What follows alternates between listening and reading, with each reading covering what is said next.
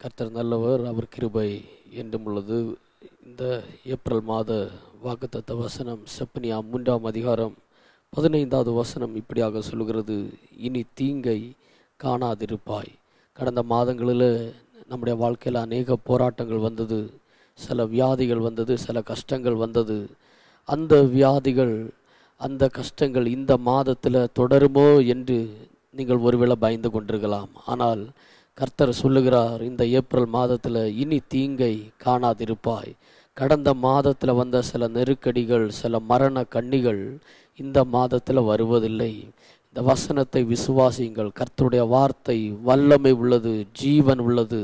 அவர் வசனத்தை அனுப்பி குணமாக்குற ஆண்டவர். உங்கள் வாழ்க்கையில் இருக்கிற அனைத்து தீமைகளையும் கர்த்தர் நன்மையாக மாற்றுவாராக.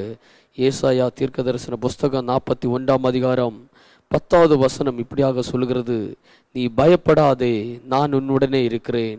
திகையாதே, நான் உன் தேவன். நான் உன்னை பலப்படுத்தி உனக்கு சகாயம் பண்ணுவேன். என் நீதியின் வலது கரத்தினால் உன்னை தாங்குவேன். இங்க வசனம் இப்படியாக சொல்லுகிறது, நீ பயப்படாதே.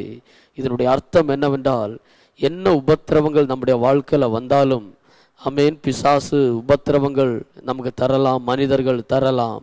ஆனால் ஆண்டவர் சொல்லுகிறார், பயப்படாதே. அப்படி என்றால் உங்களை கர்த்தர் விடுவிக்க போகிறார். உங்கள் வாழ்க்கையில் இருக்கிற சில நெருக்கடியிலிருந்து கர்த்தர் உங்களை விடுவிக்க போகிறார். இங்கே வசனம் சொல்லுது, திகையாதே, நான் உன் தேவன். நான் உன்னை பலப்படுத்தி உனக்கு சகாயம் பண்ணுவேன். உங்களுடைய இக்கட்டான நேரத்தில் மனிதர்கள் உங்களுக்கு உதவி செய்யாமல் இருக்கலாம்.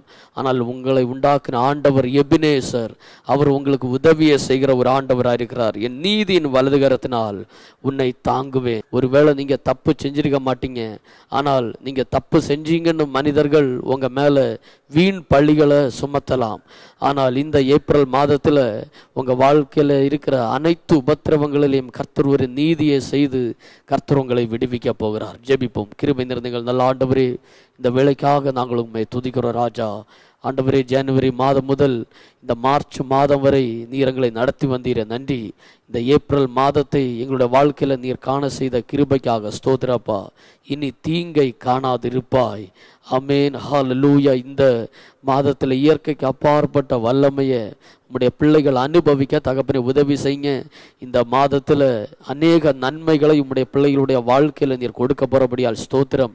இதுவரையும் கண்டிராத ஆவிக்குரிய ஆசீர்வாதங்கள், இதுவரையும் கண்டிராத சில நன்மைகளை அவர்கள் பெற்றுக்கொள்ள, வாழ்க்கையில் அந்த நன்மை அனுபவிக்க தகப்பனை நீர் உதவி செய்யணும். செய்கிற தொழில் ஆசீர்வதிங்க, படிக்கிற படிப்பை ஆசீர்வதிங்க, செய்கிற ஊழியங்களை ஆசீர்வதிங்க. போக்கிலும் வரத்திலும் உம்முடைய சமூகம் உம்முடைய பிள்ளைகளுடைய பிரயாணத்தில் முன் செல்லும்படியாய் ஜெபிக்கிறேன். தொடர்ந்து கர்த்தருடைய வாக்கு தத்தம் உம்முடைய பிள்ளைகளுடைய வாழ்க்கையில் நீர் நிறைவேற்ற போகிறபடியால் ஸ்தோத்திரம். இயேசு கிறிஸ்துவின் நாமத்தில் ஜெபிக்கிறேன் எங்கள் ஜீவனுள்ள நல்ல பிதாவே, ஆமேன். கர்த்தர் உங்களை ஆசீர்வதிப்பாராக. ஆமேன்.